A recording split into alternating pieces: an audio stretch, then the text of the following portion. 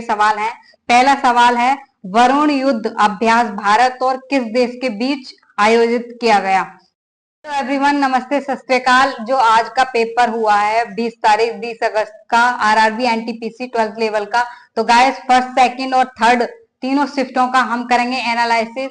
तो गाइस सबसे पहले मैं बता दूं, मैथ और रीजनिंग में सभी चैप्टर से एक एक दो दो क्वेश्चन आ रहे हैं। तो अगर आपने मैथ और रीजनिंग की थोड़ी सी भी प्रैक्टिस या मॉक टेस्ट लगाए हैं तो आप आसानी से उन सवालों को कर लेंगे। और गाइस बात रहती है जीएस की, क्योंकि जीएस अपने आप में बहुत बड़ा सिलेबस है जीएस का, तो उसमें बच्चे कंफ्यूज होते हैं कि क्या क्या आ रहा है जीएस में। गाइस जीएस में बहुत ज्यादा क्वेश्चन रिपीट हो रहे हैं, तो मैं इसमें आपको कुछ सवाल बताऊंगी, तो आप प्लीज उनको ध्यान से सुने। और जिन बच्चों के भी आगे डेट में एग्जाम हैं उनके लिए तो ये वीडियो बहुत ज्यादा हेल्पफुल रहने वाली है, तो वीडियो को पूरा जरूर देखें, बीच में स्किप ना करें। तो मैं बता देती हूँ कि फर्स्ट शिफ्ट में कौन कौन से जीएस में पूछे गए सवाल हैं। पहला सवाल है, वरुण युद्ध अभ्यास भारत और किस देश के बीच आयोजित किया गया? तो इसका आंसर है, वरुण युद्ध अभ्यास भारत और फ्रांस के बीच आयोजित किया गया। दूसरा सवाल आया था, भारतीय संविधान की अनुसूची 6 का संबंध किससे है?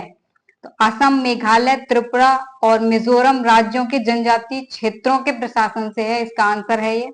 और गाइस नेक्स्ट क्वेश्चन आया था, भारतीय संविधान की 7वीं अनुसूची का संबंध किससे है?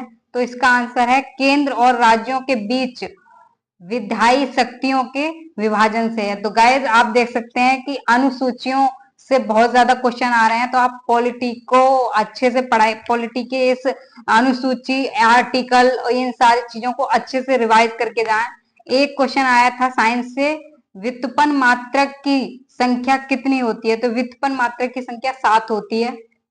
और गाइस वन्य जीव, हाँ एक क्वेश्चन आया था, विश्व वन्य जीव दिवस 2025 का थीम क्या है? तो इसका आंसर है, वन्य जीव संरक्षण वित्त, लोगों और ग्रह में निवेश। 3 मार्च को विश्व वन्य जीव दिवस मनाया जाता है। गाइस इसको भी आप नोट कर लें, ये भी आपसे पूछा जा सकता है। तो देख सकते हैं आपकी जीएस में किस टाइप के क्वेश्चन पूछे जा रहे हैं, ये फर्स्ट शिफ्ट के मैंने आपको बताया।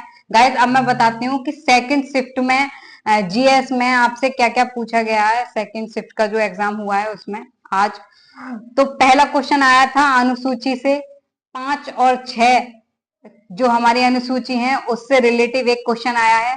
एक संशोधन से आया है क्वेश्चन।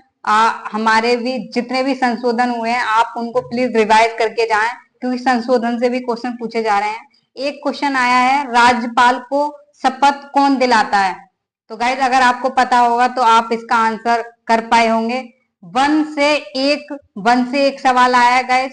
आप मतलब है कहा है, पर्यावरण को भी अच्छे से रिवाइज करके जाएं। पर्यावरण में भी वन वगैरह और वन्य जीव, ये सारे इन सबको देख लें एक बार। एक सवाल आया था तुम्हारी जनगणना से, जनगणना, और एक सवाल आया है मैप से, तो आप मैप को भी अच्छे से देख लें। एक सवाल आया है आर्टिकल से, और आर्टिकल, हाँ आर्टिकल 40, आर्टिकल 14 से हमारा आया है एक सवाल। और करंट से आए हैं 10 से 12 सवाल आ रहे हैं हर शिफ्ट में। करंट में 10 से 12 ही सवाल आ रहे हैं गाइस। और करंट के लिए मैंने आपको एक बुक बताई थी, स्पीडी नाम की एक बुक है, आप उससे करंट पढ़ें। और करंट जनवरी से जून तक की आपको करंट पढ़नी है, ज्यादा फालतू ही करंट नहीं पढ़नी है कि आप कहीं 24 की पूरी उठा के ले आए। 24 से भी एक आध क्वेश्चन किसी किसी शिफ्ट में आ रहा है, बट आप जनवरी से जून तक की ही करंट को पढ़ें। और गाइस लास्ट में मैं सिर्फ यही कहूंगी कि अगर आपने मॉक टेस्ट दिए, मॉक टेस्ट का बहुत ज्यादा रोल रहता है इसमें एग्जाम में। अगर आपने डेली मॉक टेस्ट दिए, सेक्शन वाइज मॉक टेस्ट दिए, तो आप पेपर को अच्छे से कर पाएंगे। और ये रिव्यू वीडियो आपके लिए अगर हेल्पफुल रही हो तो प्लीज मेरे चैनल को लाइक करें, शेयर करें और सब्सक्राइब और कमेंट जरूर करें। Thank you.